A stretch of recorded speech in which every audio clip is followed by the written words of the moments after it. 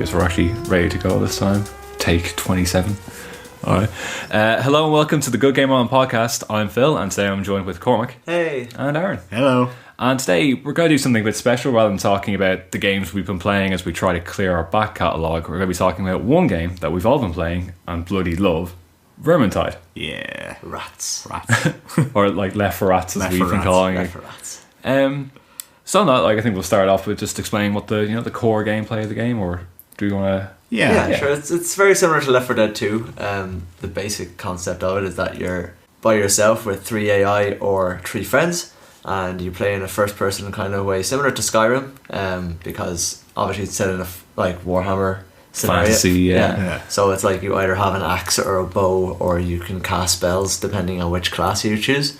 And you're progressing through different maps, and there are objectives along the way, and waves of rats, and like special rats, the same way as Left 4 Dead works. It's endless hordes. Yeah, endless hordes essentially, and you gotta battle your way through with like minimal health packs, because like who would want to have fun while playing a game? Yeah, because the thing about it is, when you do boot up each map, like all the enemies and items kind of randomly spawn in different locations. Well, apart from a handful of exceptions that we'll get to later. Yeah.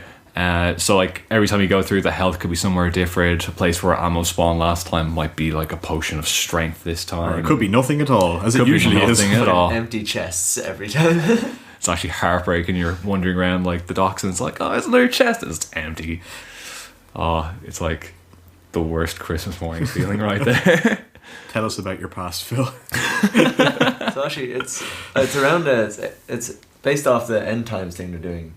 Yeah, it's the big event kind of new setting reboot thing that Warhammer is doing now with this Age of Sigmar. Well, it was the big event that led to Age of Sigmar. Yeah, like 12 years ago in 2003 or whatever, when they ran Storm of Chaos. But like that's sort of the setting. I think we'll loop back around to that. I think we'll focus a bit on the gameplay for the moment. So fine. Yeah. Well, okay. You were saying it's similar to Left 4 Dead, but like I would say one thing is, unlike Left 4 Dead, you can't be like a solo hero. Like you can't go off by yourself, because you'll get absolutely destroyed. And like the specialists play a lot into that. But also the huge difference is, as in what character you choose really changes the gameplay as well. So Left 4 Dead, obviously, yeah, you can choose between like the big burly black guy, or the hillbilly, or the girl, or or generic guy. But it's all the same. As in, like, it's all the same. Like, you pick up a shotgun. Everyone plays the same. Exactly. Yeah. Whereas Left 4 Rats, Vermintide is a lot different, because you choose between either like a dwarf like ranger who's like got his axe and shield, and either his crossbow or his gun and stuff. Yeah. And then you've got the witch hunter, who's like got pistols and like short sword rapier things. Like, so many pistols. So many pistols. Yeah. Literally, like he's the only melee character.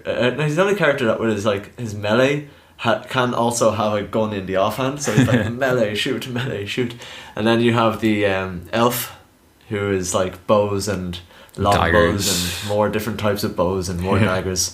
And they can also be poisoned as well. Add a little bit of fun to it. And then like the bright wizard, who's like, how many different ways can I put stuff on fire? Yeah, without overheating, exploding. Exploding, exactly, yeah. Which is actually a really good mechanic, which we'll get into later on. And then there's the Empire Soldier, who is essentially tall dwarf. Yeah, pretty much. It's like broadly like the classes. It's sort of divided into 2 camps. You have like the 2 tanks, the dwarf and the Empire Soldier, and the DPS classes, who are the other ones. Yeah. The Witch Hunter's kind of somewhere in the middle, because he can have like a big 2-handed sword as well. Not a very defensive class though. Yeah. No, yeah. So he's bruisery though. Yeah. More he's sort of the middle ground between like the elf. Will we talk specifically about the classes, or will we get back to that? Yeah, I think it's a good time to sort of kind of go through the individual ones. Like, well, broadly speaking, the dwarf and the Empire guy, it's like, I've got a shield and sword or whatever. I can tank the front line, because one really cool mechanic in it is like you have like a parry. It's like a shield thing. And when you push rats doing this, it kind of aggroes them towards you. Yeah. So it's really good for drawing aggro away from your allies. Like, you don't want people piling in on the Bright Wizard. So like they're really great for that. And they're the real front line. And it's also hilarious watching like 6 rats being blasted backwards at the same time. Yeah, well, you've been playing like nothing but the dwarf. Like. Yeah, and I've got like pretty much all exotic items on it at this stage, which is like one of the highest end of the items that you can get as you play through the game. But yeah, the dwarf is probably, especially with the axe and shield, actually, because it's just like really fun, and like it's also like his character as well is really fun to play because he's always so happy and cheery. It's like he's healing himself, like when he's on half health, he's like, oh, even I can't fight when my arm's hanging off, and it's like, oh, of course you can't, dwarf, no one expects that of you. But yeah, no, he's really fun to play. Like I go axe and shield, as I was saying, and you've got like a secondary weapon. And like you got a secondary ranged weapon. I always go either crossbow or the shotgun, or no, the rifle. So like a lot. So he has a choice between like different types of ranged weapons, and some of them are like shotguns from close range that have a good bit of knockback and kick, which can aid in your sort of keeping everything off you. Or you can get like a single target like killer, which is really good for killing the specials that you come across. From that point of view, he's really good at just being in the front line, knocking stuff back, and like he still does a good bit of damage if you use him right. Even though the other guys generally pick up more kills and more damage. Yeah, and one thing I like is like your ranged weapon absolutely wrecks specials, like armored enemies and like the beefier dudes. Like one shot them from halfway across the map. Yeah, it's really handy, especially like we'll talk about it later, but like the Ratling gunners who like are in miles back and have this big like Gatling gun on their back, and if they start shooting, like everyone's gonna get peppered to death.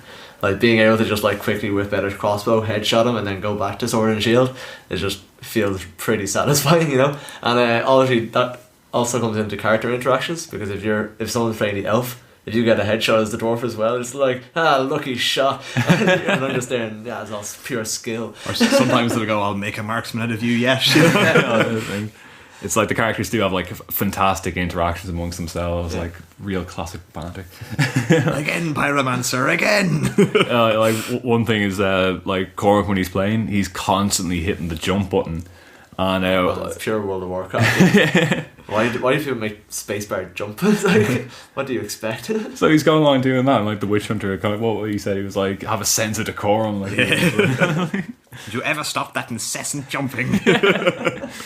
So like, well, unfortunately, none of us really play the Empire Soldier class, but he plays almost the exact same. I've played a bit of Empire Soldier as a dwarf. Yeah. The main benefit of the dwarf over the soldier is the dwarf is small enough that you can shoot over him without it impeding vision. Whereas, like when you're playing as the soldier, you do the exact same thing. He has a rifle for headshots. He has blunderbuss for like a blunderbuss kind of thing. They call it the coach gun. It's a shotgun for more close range AOE kind of stuff. And then he has his sword and board, or he has a two-hander, just like the exact same kit as the dwarf. So he's hugely tall compared to him. It's like twice the size. Yeah. So like that is a benefit to some degree, because you can actually see stuff at a distance, where that's probably why Cormac jumps all the time as the dwarf. Yeah.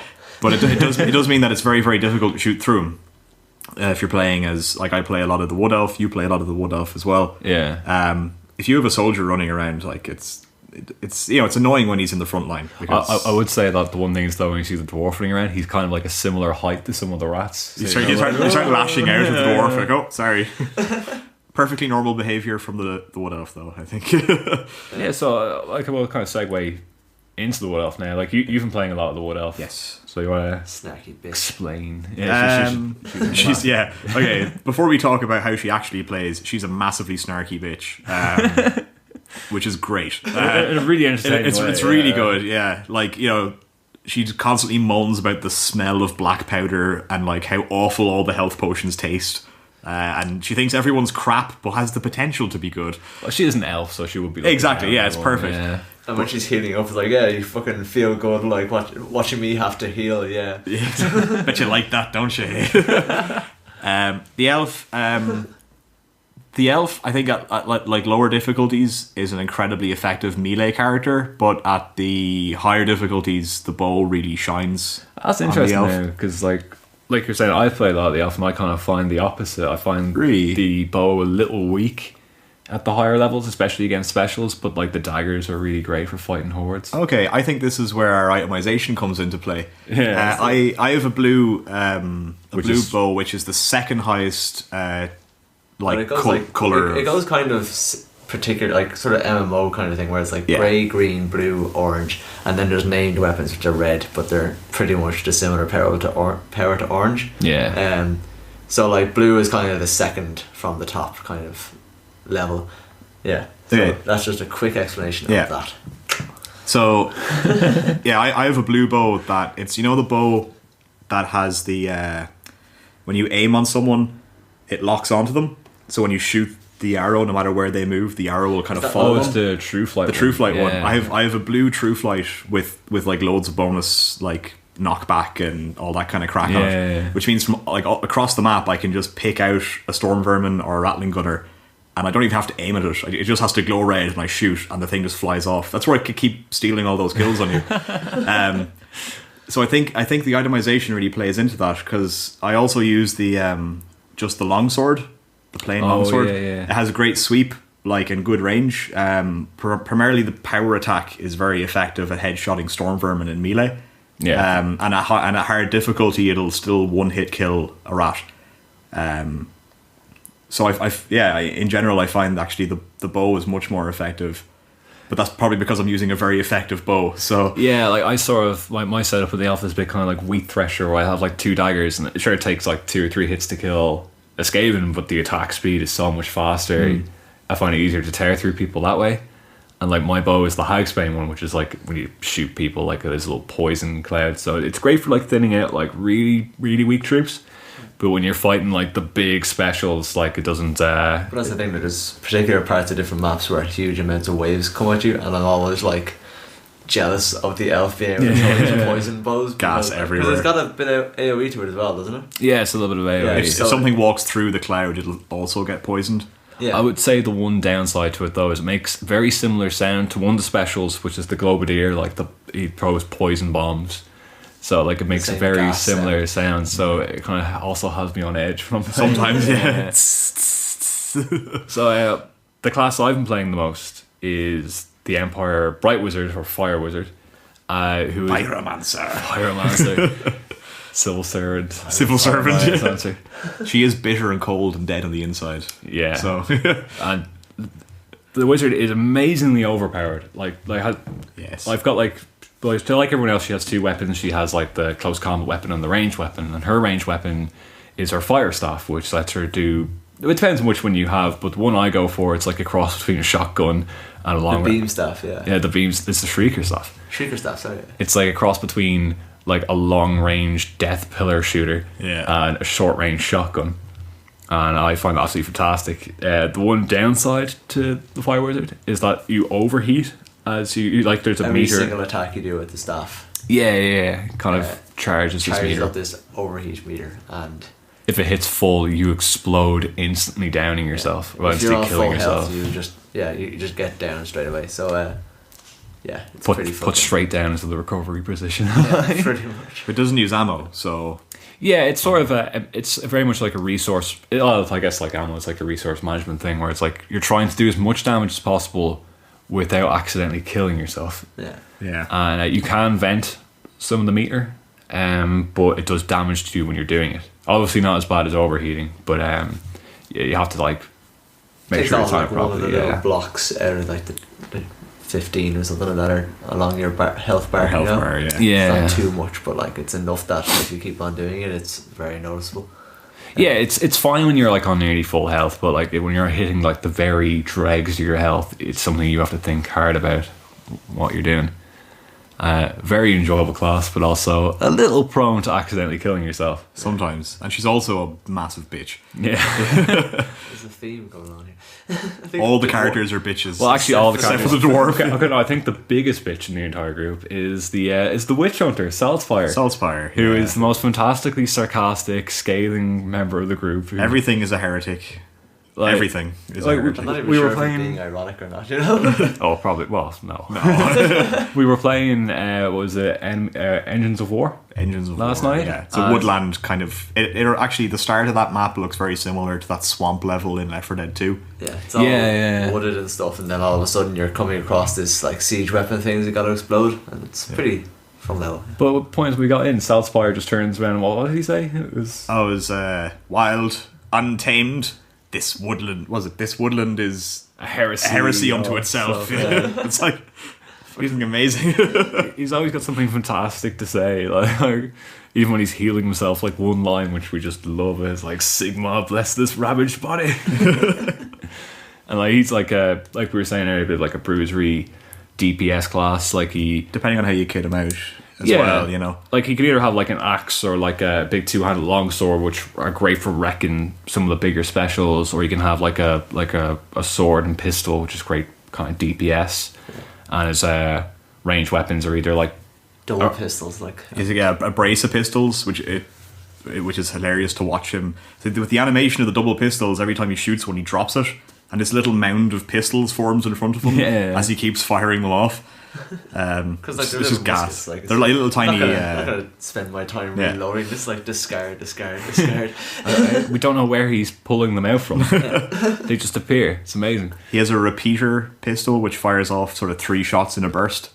No, I think it could shoot like up to 6 rounds individually, or you can set it. Or you can set it to fire off in a burst. Yeah, which is really, really cool. That's super. Yeah.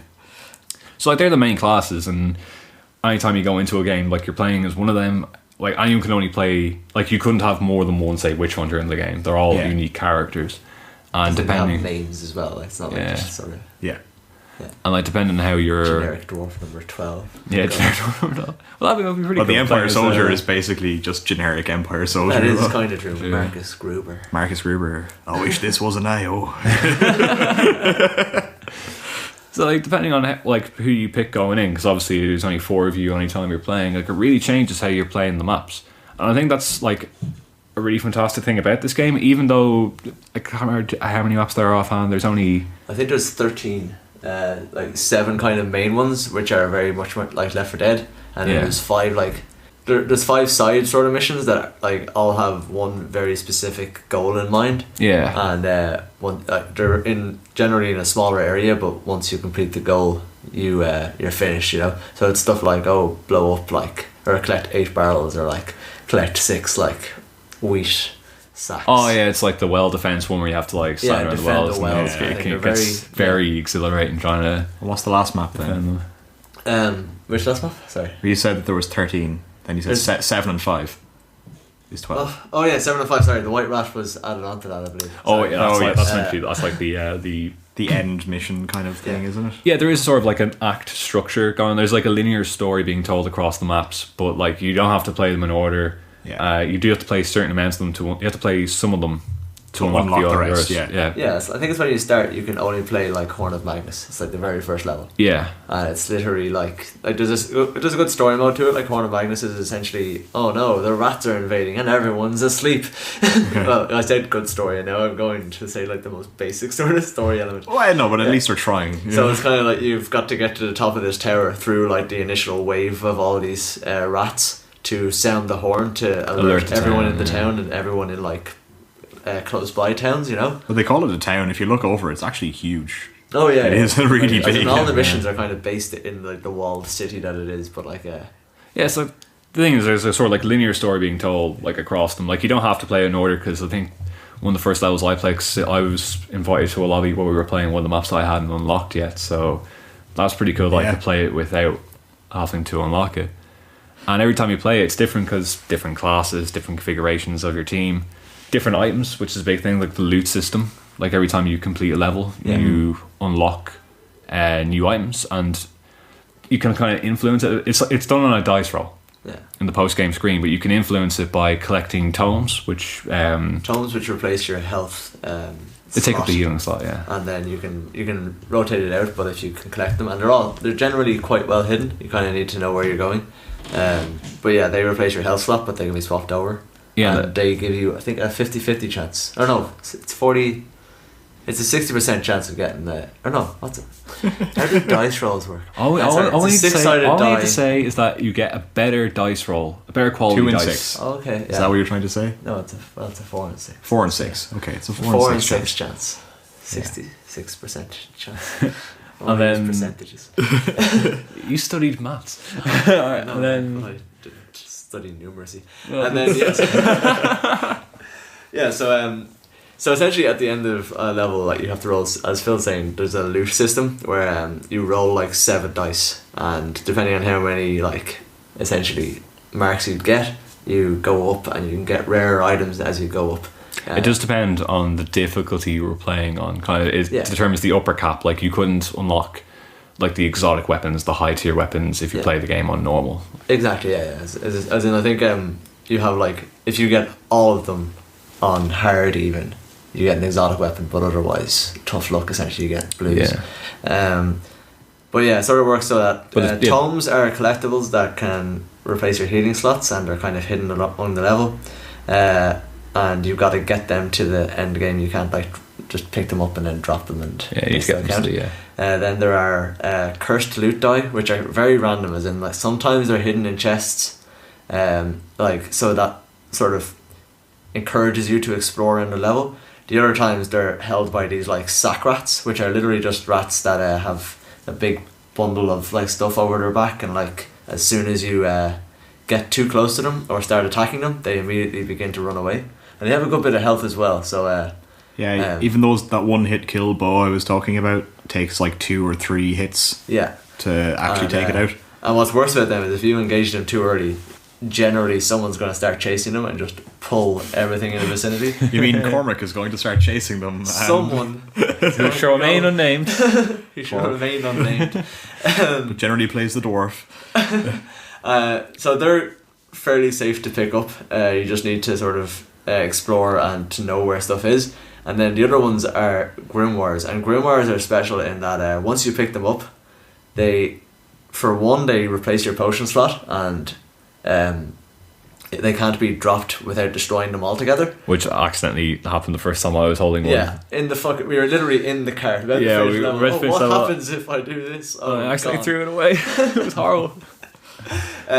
So essentially they're even better hidden than the tomes, and some of them require a bit of platforming and like they're really well hidden. And I have to say it's actually really impressive that people have found them, like generally, as in like because they are quite, they're just off the beaten track entirely, some of them, in places you wouldn't even think you could get to, never mind. Exactly. They require like really understanding like what ledges and stuff you can jump on, and I think they're probably the main reason people have found different glitches when they do like trying to find new ways of getting grims and tomes. But we'll talk about people breaking the game later on. And so they take up a potion slot, but they also take away a third of your health bar. Is it a third of your health bar? I think it's a third of your I think the first one's like a third and the second one's like takes it down to half overall. Yeah. Either way, it's a huge chunk. It's a big chunk. There's only 2 per map. There's only 2 per map. So you're on half health if you have both. You can't drop them without getting rid of them entirely. And if you get downed, it's fine. Someone can like drag you back up, and they'll still be there. But if you die altogether, they disappear. They disappear. And I don't mean like dying. You don't actually like miss the rest of the level. It's kind of, you get captured, I suppose, and you're found tied up later on. After a time limit, you kind of respawn bound, and they can come and free you, and you're fine again. But all the stuff you've picked up, if you've picked up a health pack, or if you've picked up like a speed potion or a strength potion, or any of that kind of stuff, it's gone. You're back to what you started the level with. So it's good because it adds another layer of difficulty, and it's kind of like risk reward kind of thing. Exactly, yeah. That being said, the loot system is not particularly enjoyable, because sometimes you feel that like sometimes even getting all the grims and tomes and the cursed loot die, as in you're thinking, oh brilliant, I'm going to get a good item out of this, and I've gotten shitty green items after doing that happened to me yesterday. I was heartbroken. I'm just going like, I've literally done this level the hardest way it can be done, and just going, how the fuck did I just get a green? Well, having said that, they have like put in some, the developers Fat Shark have put some stuff in to kind of make the loot system a bit better than it was at launch. Like one thing is you can equip these trinkets that make it more likely you'll get items for a certain character. Yeah, like your preferred character. Exotics for the dwarf. It's not like pure chance, you know. Yeah, and you can also, like when you're at the inn, which is sort of like the hub world, I guess. Yeah. You can melt down items, or you can fuse items together to create new ones. Yeah. So say like you have like 5 green items, but you want a blue one. You can fuse the 5 green items together to get a blue one, which I think is pretty cool. And it works pretty good, because if you're particularly unlucky, and say you kept it on doing the loot system and you got like 4 or 5 of the exact same staff even. Yeah. So if you merge together different green items, you get a random blue item. It's like you have no choice into what it's going to be. But if you have 5 of the exact same item, or like 4 and a bit of, you can disenchant them as well to like Well, melt turn them into down. dust. Yeah. So if you get like 4 or 3 or 4 whatever of the same item and a certain amount of dust, you can like fuse it into an orange of the item that you have, you know. So you can get a specific one, you know. Obviously a lot more resources go into it, but It's better than basically sitting on 20 like fire wizard staffs when all you play is dwarf, you know. Yeah, It's, exactly. You don't want to be doing that. Yeah, so like on that we kind of touched on it a bit, but I think it's worth kind of reiterating when you are playing these maps, like each time it is completely different, not just because of your party setup, but the enemy spawn different places every time, and the special spawn in different places every time, and you randomly, yeah. yeah. Now the big 2 specials that are like they are game changing, I guess, because you have to play around them. One is storm vermin patrols. Yeah. And so storm vermin are kind of armored units. Yeah. And like for instance, like the elf, if you only use your short blades, I think you can only do damage if you hit him in the head, kind of stuff. Yeah, like a little thing pings up saying armored enemy, like hit them in the head. Like. Yeah, exactly. Yeah. So you've really got, and they do a chunk load of damage. Like if you're playing, I'm fairly sure they're one hit kill if you've got both Grims. And I'm playing on hard. Yeah. That sounds about right. They have great range too with the big halberd. Yeah. So like they hit you from way far away. And in fairness, they're probably the main reason why I still go Axe and Shield Dwarf, even though I've got nice big 2-handers and I'm playing on a difficulty that's more, I suppose, catered towards your gear levels. Yeah, like you've got like better gear. Yeah, I've got better gear overall, but like as in I still go Axe and Shield because when Storm Vermin are coming, it's so important to be able to just block and knock them backwards so that they stagger for a few seconds. And it's like normally they kind of spawn individually in packs of normal enemies, but when you're playing on hard, at least anyway, and it's probably the same at higher difficulties, once per map generally, a patrol spawns and you can avoid them, which I think is a really cool mechanic. Is it 8 or 10? I think it changes. I think it's 8. I think it's 8. Yeah. You can hear them marching because they're wearing like big centurion armor. Also, they're like, you know, and they're chanting, and they're like 10 foot tall. But you can hear them like clinking and clanking and talking and all that kind of crack from quite a distance away. But they generally follow a set path, and you have to aggro them by either getting like way too close or attacking them. Kind of getting caught in their way, even. Yeah, generally they'll ignore you. If you stay back enough, and they'll Which go is on their hilarious path. when you've got like waves of rats coming at you, and the patrol is walking by oblivious, just going, "Who are those guys attacking?" Just having a laugh, really, aren't they? I probably think it's just Skaven fighting each other. Yeah, no, I actually is a really good explanation. They do like do that typical. Honestly, I don't know the lore. Are the storm vermin supposed to be a good bit smarter than your average rat? Yeah, they're kind of like the more elite Skaven units. The yogi rats. The yogi rats, yeah. The other like big special that really influences the map is the rat ogre. Those things are absolutely terrifying. Kind of similar to the tank. It's the tank. Yeah, it's But- the tank. Yeah. I think they're harder to kill. They can be. They don't throw dirt at you like the tank. See, thankfully they Yeah. can be stunned, I suppose. Can tanks be stunned in Left 4 Dead? I don't think so. Oh, it's been a while since I've played that. So like, there's explosive items as well. I think we completely missed them, but there's 2 explosives, and one is like an incendiary thing, which is really good at killing waves of rats because they always burn up into nice little rat kebabs. Yeah, you kind of find them randomly. And then scattered like around the other one's just like a general grenade, kind Concussion of explosive. grenade. Yeah, and it has the kind of very important property that if you throw the concussion grenades at tanks, they are stunned for like a couple of seconds, so that you can get a lot more damage out. Probably a good 2 seconds. Yeah. So it is kind of like definitely in hard if you have 2 concussion grenades and like everyone chugs potions to like increase their speed or their strength or whatever. You do you are able to take out a rat ogre without him swinging back. You know what I mean? pretty fast. But that's the point, though. It takes a lot of coordination. You have to set aside resources to do it. Like you can't go flying through your ammo, killing normal enemies. Like you need to kind of hold a little bit back. Yeah. Now, because we've only ever encountered a case where only like 1 rat ogre spawned per level. I think it's generally only 1. Or if you're horrendously, if you're hugely just lucky, sometimes no rat ogre spawns, and it's just like. I don't know if It's that's happened. luck or a glitch though. It's happened like twice for me in like all the games I've played, like, you know. Which, it was such a relief though. Yeah, because like the enemy we're getting spawns. pretty late into this level. Because like the enemy spawns seem to be like they seem to be more on timers rather than specific locations. Like there's one or two exceptions to that. Like there's like in Horn of Magnus during the bit we had to throw the barrels. There are across the scripted gate. hordes that are like they're written into the plot of the mission, but then there's other ones that just you'll hear the horn in the background go off and then a horde will spawn. Yeah. And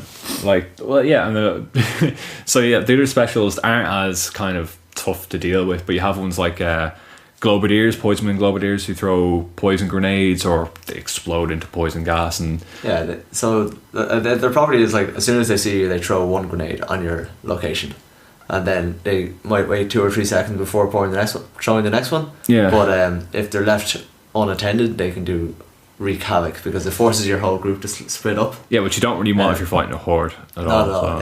Yeah. The other thing is if they take a certain amount of damage, they get like pissed off, I suppose, and generally someone shouts out, "He's gonna explode!" and he charges at you, and if he gets close enough, he just explodes at the point, and that can pretty much destroy you as well. The poison gas itself does damage over time, but it also impacts your vision. So the whole screen goes all like wonky. Even if it kind of makes you hallucinate a bit, kind of like if you even run out of the green cloud into sort of fresh air, so to speak, you can still get swamped by enemies really easily because it's really hard to see them coming at you until your vision clears back up. The other special, there's a special that kind of forces you to kind of split up, but the other one's like the Gutter Runner, which is like the assassin rat, and they're kind of like the hunter in Left 4 Dead. Yeah, it's like a hunter witch hybrid, because he does a ton of damage if he's. It's like if the hunter had the same attack as the witch. Yeah. In that regard, where it just pins you down to the ground immediately and starts slicing just away tears into you. Yeah. Yeah, and they're like a little difficult to kill because when you try to damage them, once you damage them, their instant reaction is to kind of teleport away. Like smoke bomb. Gone. Yeah, nothing personnel, kid. Yeah. And it's hilarious because I suppose this is going to be me mentioning a mechanic we kind of forgot. You can mark things like items and special enemies by pressing T, I think it is, by default. Yeah, the characters also shout out when... Yeah. But something that's hilarious is when you do like mark an assassin and they disappear, they literally just shoot like 2/3 of the map away, and then they like come a little bit closer, and you can just see them teleporting like in random intervals towards you, and it's kind of foreboding, I suppose. It's like, really funny. When one sort of spawns, you can hear a whispering sound. Yeah. Like it keeps muttering to itself, sneak, kill, and stuff like which. Always sneaking, stabbing. And that's very much like the patrol. Like as in obviously we said that you can hear them coming. The ogre also has an announcing noise. There's a big music change, and like generally someone shouts out in fear like "Rat ogre," and like you kind of know they're coming. So it's the same with like the Globadier. You can hear like the fucking like it's almost a bagpipey sound out of the gas leaking from their back. Yeah. And then like the assassin, they whisper to themselves, and the Gatling gunner, you can hear it cranking up like.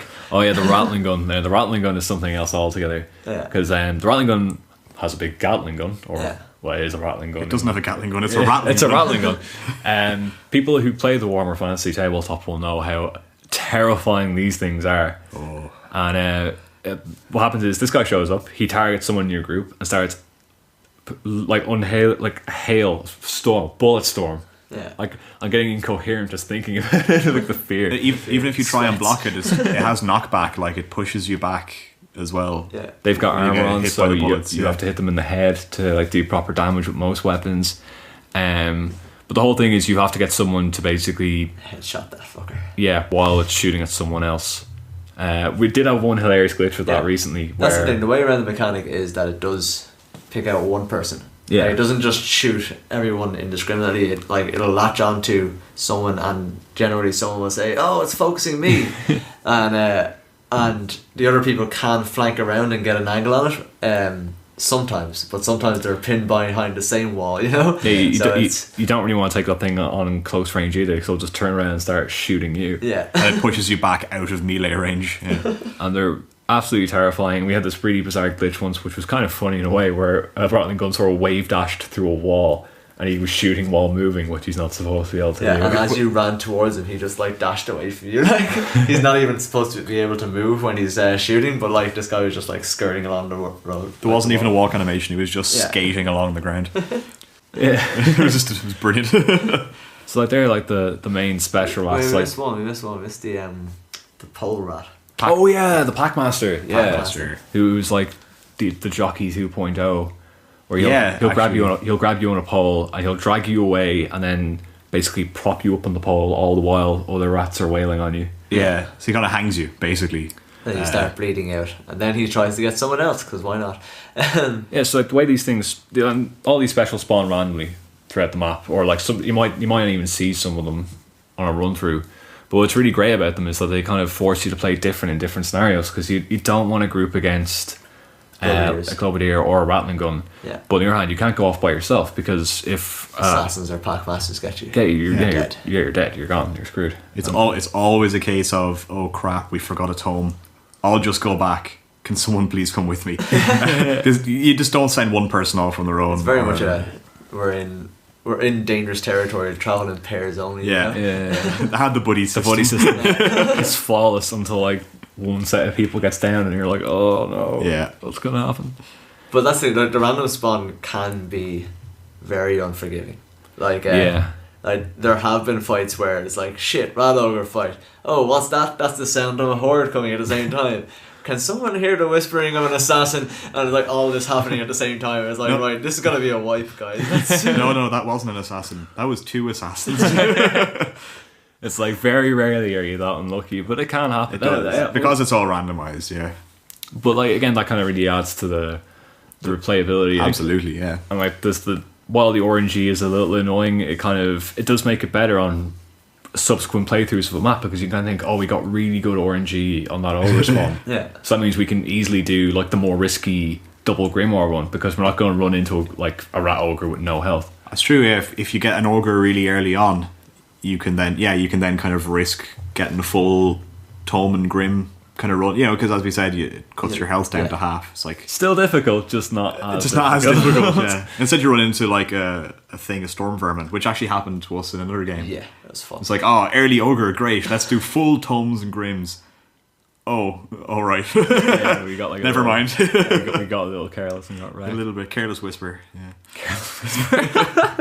But it's like, I should point out to everyone, like, we're only the hardest difficulty like that I've played is Nightmare, which is only the second hardest difficulty. It's like Cataclysm is the. And I think you guys you're getting through hard at the moment. You're almost geared enough for Nightmare. Yeah, we don't really have the gear for Nightmare. Yeah, but like the ramp up in difficulty isn't a pure like, oh, you take more damage. It's pure like you take more damage, more waves spawn, more special spawn, and in Nightmare, ranged weapons do friendly fire damage. Oh yeah, I remember I was playing first time. I played Nightmare once and I didn't realise this. You still had your gas bow. I was using the Bright Wizard, so I was shooting beams of fire through people, not realising I was hurting them. It was absolutely horrible. But that's the thing, is in like people will like in terms of like the community, I suppose people are generally quite nice around like hard and stuff like that. It's like, oh man, shame that we died and we lost one of those grimoires. But in Nightmare, it's pure. I was playing like a level I hadn't played before, and like I'm running around like playing a dwarf, and I'm with like level 200 people, and levels are arbitrary except for the fact that they show how experienced someone is, I suppose. Well, I think it's after like level 30 they're arbitrary, because you can. I think at level 30 you unlock like a second trinket slot, so you can bring 2 trinkets. It's 3 trinkets. 3 trinket slots. Yeah. So you have 3 trinket slots by level 30, but like it does show how much. Yeah, it's a general guide of how much gear you've got and how much someone has played the game. Yeah, But like, I suppose theoretically someone could easily be level 300 playing only easy games, but like they're getting less experience, and like why would you do that? They're only on greens. But so I was playing this level anyway, is the point, and there was like a level 17 elf, and you're like, okay, she wasn't the host, but she was obviously chancing her arm that she'd get carried through the level. Yeah. And we pulled the first few waves, and she started shooting poison arrows at people, like thinking they'd go through us, hitting the rats. And like within 2 seconds, one of the other guys is like, sorry, you have to kick this guy, and like you can vote kick people if they don't know. And it feels bad, but it's like it's still. It's better than having like an entire run, and you get to the end, and you've been trying to drag this person through the level like really badly, and it's just unwinnable, Yeah. So yeah, it's sort of like it does get hard enough on Nightmare and Cataclysm that you do get this sort of like cutthroat, you're not good enough, gonna kick you out of the party now, sorry. Well, in true Warhammer style, it does eventually become win at all costs, you know? Yeah. Like the way the tabletop went. I'd rather not think about what happened to Warhammer Fantasy. It still upsets me. We'll talk about the setting in a second, but just to sort of finish off on difficulty, like I would say, like it is a difficult game, but it's a challenging game. It's not like arbitrary difficulty where it's like, oh, like lol, this is hard because meme difficult game in the same way kind of people view Dark Souls. It's more you have to cooperate, you have to work as a team. And it's more like Dark Souls 2 in that the difficulty comes from how buggy and glitchy it is. In fairness, there's very few times that you feel hard done by. Getting hit through the floor all the time, like in really bullshit ways. Okay, the time I fell through the bottom of the map. We've touched on a few bugs. Like there are. It isn't only like €20 game. It's not a AAA. It was a €30 game that I bought for €20. It's different. It's a different thing. But in my experience, it still had less bugs than Fallout 4. Less game breaking bugs anyway. Oh yeah, well, you know, none of the glitches in that game wipe your save file or, you know. Well, one of them did. Gear now. Why, in Vermintide? Not Vermintide. That's what I'm saying. It was a reference to a thing that happened. Yeah, I would say like there's been a few bugs. Some of them, most of the bugs I've come across, and there's only been a few really. I've just been kind of comical. Funny more than anything.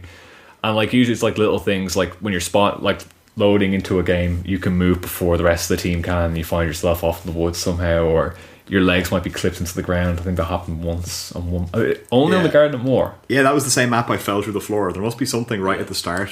Yeah, of like the terrain hitbox or something.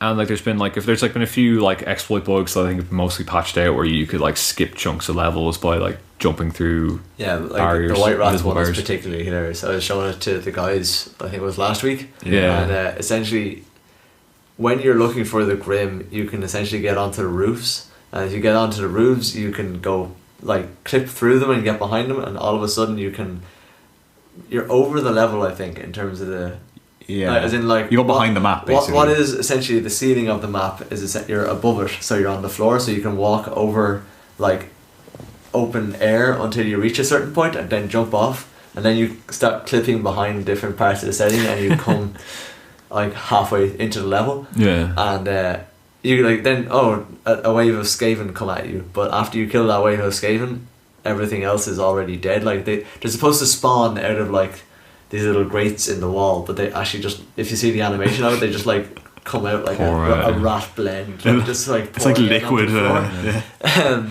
So it's like particularly hilarious glitches, but like that's true of like a lot of games in fairness. Like, but what I would say is there's two things. One, like this isn't like a big AAA release that you would have the expectation of polish. The second thing is like the bugs. We haven't come across many bugs while we're just playing naturally. You kind of have to go out of your way to find them, and like the ones that do happen aren't game breaking really. I mean, the only one I could think of was what happened with that rattling gun, and the reason that happened was because like the special spawned behind us and we ran on, and he kind of rubber banded. He kind of rubber banded to us, because the game didn't want to leave him behind too. No man left behind. So he ended up walking through a wall. That was like, who knew the Skaven cared so much about each individual? But so I have to wonder, is there a reason for that glitch in terms of like maybe they can't spawn, like the game doesn't spawn more than rattling gunner at the same time, and that's why you always get two rattling gunners at the same time, or else you get a rattling gunner that you left behind like shooting through the level and like being in a room it's not supposed to be and shooting up at you through the floor kind of stuff. It's kind of like Dublin bus, like instead of a bus showing every 20 minutes away, it's supposed to, bus law. You know, three show up after 70 minutes or something. You know, it's but like none of it's too game impacting apart from one Cormac mentioned, but that you really have to, if that's an exploit, like you really have to go out of your way to find that. Like it isn't going to be like, I don't know, that time I was playing Fallout 4 and like a Deathclaw glitched into a wall and he couldn't damage me, I couldn't damage him, and I couldn't finish the mission because I couldn't kill him. You know, so it's nothing like that. But I think we should move on to the setting now. We kind of talked about the gameplay and how much fun and great the gameplay is, and this is your guys' like area of expertise. So I don't play any Warhammer and I don't really read any of the lore. Yeah, in spite of Phil's insistence, especially like Malice Dark. Reading the Malice Dark book. They're a really good series. Now, granted, they're not about Skaven in the slightest. Oh no, do Game show up in that? Not in the first one. Oh, I can't remember. Oh, spoilerinos, go talk. Anyway, about let's Age of Sigmar, go.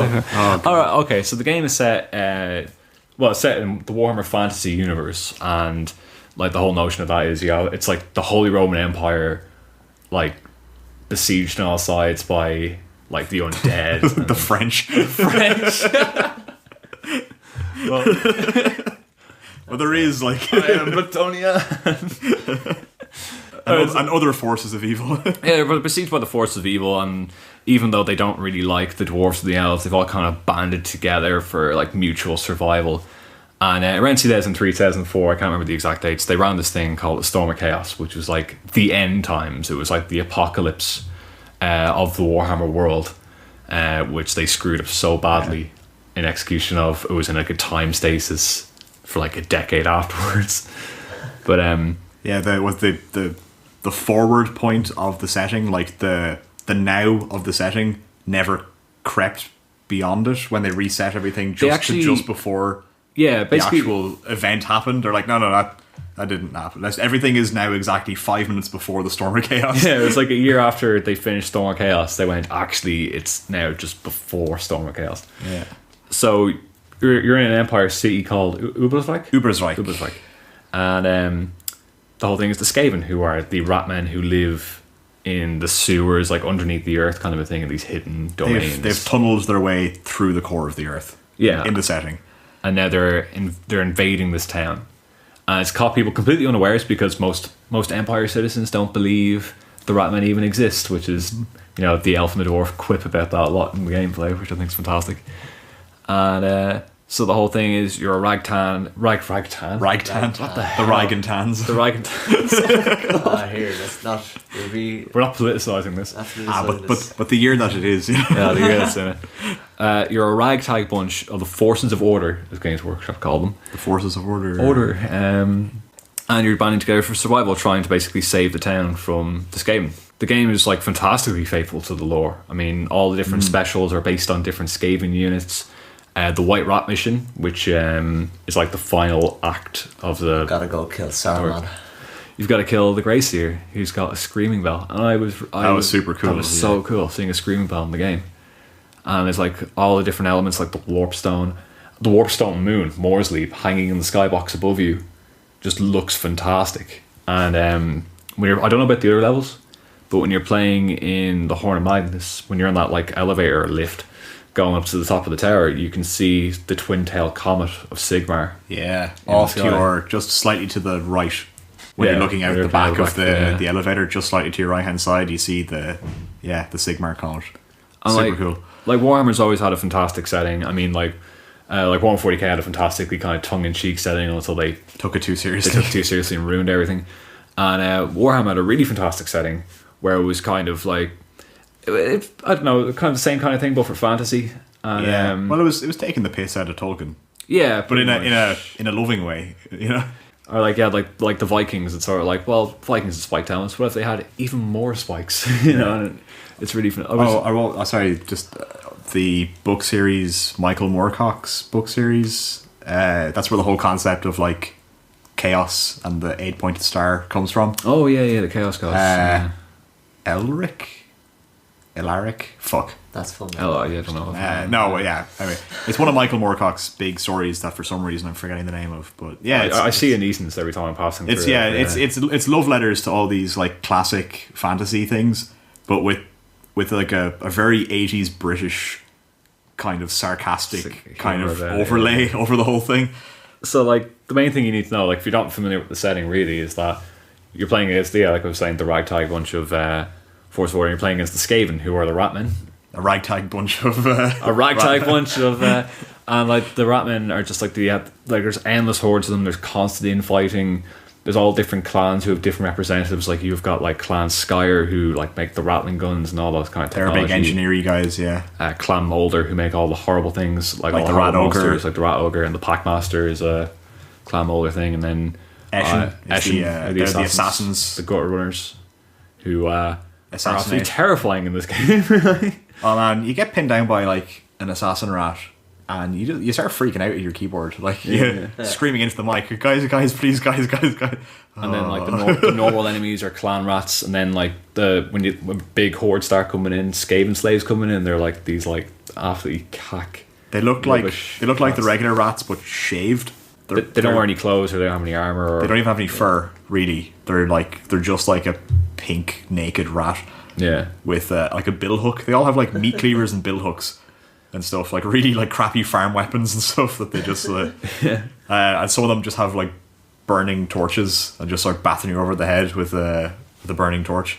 It's like the whole thing is that, like, if you are a fan of the Warhammer, well, first of all, the setting's fantastic, but if you are a fan of Warhammer and you're like a long time fan, the way they deal with the setting, the way it's portrayed in the game is absolutely fantastic, and there's like enough tension and kind of sarcasm between like the allies, like the forces of order, that it doesn't feel like, oh yeah, we're all friends. It's like, no, we're only in this for the sake of survival, which is very much the way it is in the Warhammer setting. Except for the Empire soldier who's getting paid. Who's getting paid? Well, it's his town that's being wrecked. It's his town. He's getting paid. But like to have like the witch hunter and a pyromancer and an elf and a dwarf all on the same side, not all trying to kill each other for all the various like religious and political reasons that exist. Yeah. Like, the fact that you have a wizard and a witch hunter standing right next to each other, like in the setting, it's just brilliant. And then they do quip about that a lot. Yeah. He's like, his whole thing's like, you're a heretic, but you're not quite as heretical as they are. So the witch hunter's remarks about the elf is absolutely fantastic. He's like always coming out with stuff as like, every dead rat man renews my faith in you, elf. It's absolutely fantastic. Wonderful. That's one of the things I really love about the game, is like when you're going around, because they just randomly say these quips some of the times, and like every time I play, I hear one I've never heard before. Yeah, and especially the one in the garden. Yeah, the one in the garden. Yeah, it's just at the engines. So the engines of war. Yeah, it's fantastic. It adds so much character to the game, and like the atmosphere of the game's amazing, because it does feel really tense when you're going through these levels, and the music does a great job of it. And some parts of the music gets like really really tense and really ominous and threatening, and like you might be doing a full Tomes and Grim Wars run, you got fuck all health left, you've no ammo, you've used all your grenades, you're still halfway through the map, and the music starts getting super tense, and you're actually shitting yourself in your chair, like, we're not going to survive this, oh my god. But yeah, there's contrast, because the music could be like really intense, or there could be nothing happening. It's just like, why is there nothing happening? What's going up next? Yeah, that happened to us the other day when we were playing, where we triggered a horde spawn, but because we moved on too quickly, it didn't really catch up to us, so the music was super tense. We were just standing on a bridge, and there was like 5 rats eventually like staggered up to us and just died immediately. But I remember that because I was drinking like a bunch of like American Coke at the time, which is like corn syrup in it, so it's like really sugary, and I was like amped up to fuck. So I felt super on edge. I could feel my heart in my chest going, oh god, what's going to happen? Yeah, you were breaking yourself over the mic going, oh my god, guys, please.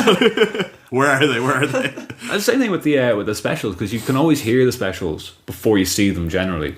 So like you can hear like the rattling gunner kind of winding up. You can kind of hear them. They're not as distinct though. But I think it's because they're the ones that just always sneak up on you. Yeah. And all of a sudden you're being dragged away from your team, going, guys. But like we're saying, like with the assassins, you can only hear them whispering, and like the first thing you do is like, oh shit, guys, everyone group up. Yeah, everyone group up. And all of a sudden you hear a global ear. Everyone spread out. Everyone medium distance.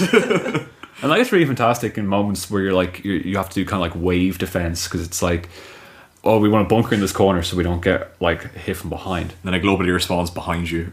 or like the other side throws a poison gas into that corner. You're like, okay, we have to like figure out how we're going to deal with this. Yeah, I will say the spawning is done. Actually, I think it's one of the videos you posted up or one of the pictures you posted of Fallout 4, where she's in like the diner, and all of a sudden a fucking rave of bandits just like spawn literally in front of her. And that was a video I linked to you. Yeah. But like it doesn't have any of those green baking. Green baking.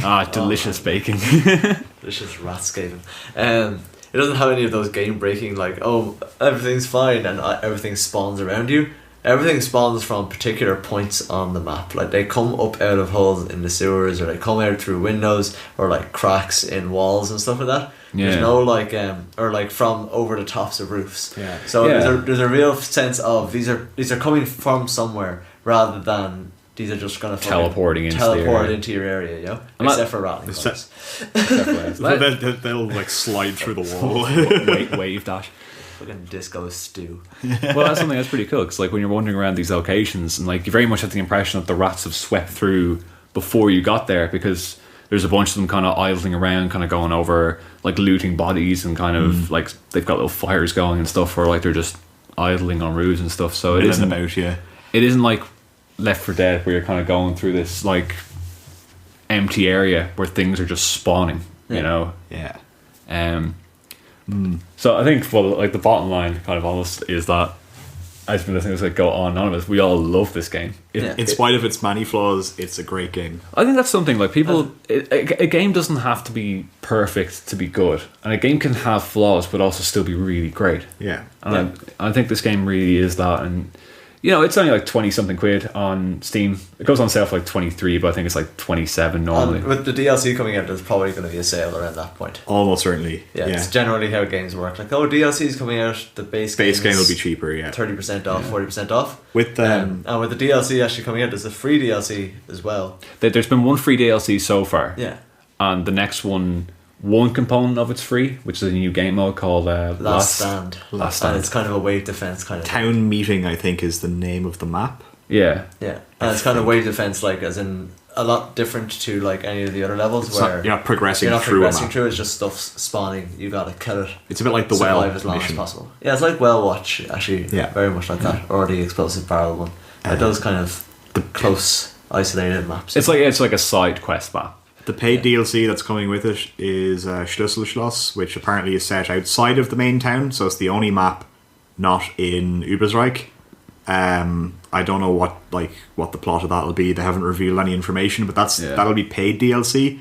Even if you don't own it, so long as the host owns it, you can still play the map, so the community won't be split, which is super cool. Yeah, so like if your friend owns it and he invites you to a game, like it's the same way the locked maps are now. Where you can play in a level you haven't unlocked as long as the person hosting it has. Yeah. And I think that's really cool because the last big Warhammer game, like Warhammer Space Marine, the community was split right down the middle. They released that the Chaos DLC. expansion.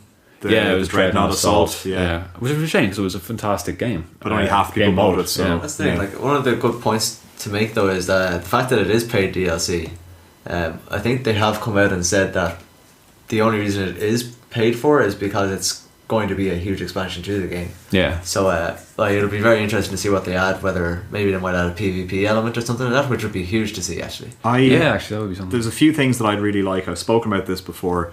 The soldier needs to be differentiated from the dwarf. I was thinking halberds, give him more reach. Yeah, that'd be really good actually. They could probably do it adding in a Jezzel, Warplock Jezzel special. Oh yeah, the guys with the long rifles. But they, like, imagine a little sniper dude up on a thing taking pot shots at you. As long as they don't add lightning cannons or doom wheels. Well, there's already the lightning cannons sort of in some of the maps with the warpstone lightning generators in the roof. Yeah, like the doom wheels floating around in the background of Engines of War. It's one of the things. Super cool. It's one of the things you smash up.